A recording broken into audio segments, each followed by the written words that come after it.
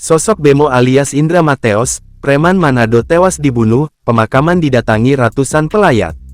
Indra Mateos 37 alias Bemo tewas dalam kasus pembunuhan yang terjadi pada Minggu tanggal 17 Desember tahun 2023 malam.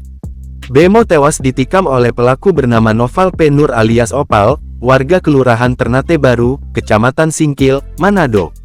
Bemo sendiri dikenal dengan sosok preman yang sangat disegani di kota Manado. Ia disebut sebagai Panglima Wonasa oleh sebagian warga. Tak hanya itu, Bemo juga sering keluar masuk penjara karena kasus penganiayaan.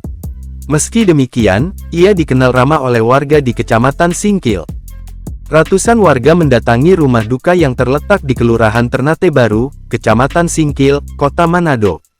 Meski berbadan besar dan penuh tato, namun para warga menganggap Bemo sebagai pribadi yang baik. Seorang warga mengaku kehilangan sosok Bemo yang suka menolong. Dia sangat baik pada semua orang, apalagi warga di sini, tutur warga. Berdasarkan keterangan warga, Bemo dan NP masih memiliki hubungan saudara dan sama-sama berasal dari Kecamatan Singkil, Manado. Belum diketahui motif pembunuhan yang menggemparkan warga Manado. Percobaan pembunuhan terhadap Bemo sudah berulang kali terjadi, namun Bemo masih selamat. Saat ditemukan warga dalam kondisi bersimbah darah, Bemo sempat dilarikan ke rumah sakit, namun nyawanya tak tertolong.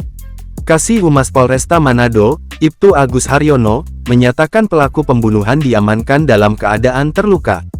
Ia sudah kita tangkap, ada beberapa luka yang cukup serius. Agus meminta warga tetap tenang dan menyerahkan penyelesaian kasus ini ke petugas kepolisian. Sejumlah aparat kepolisian melakukan penjagaan untuk menghindari bentrok antar warga. Petugas kepolisian dari Korps Sabara dan Korps Brimob menjaga gapura masuk kompleks perumahan dan di depan rumah korban.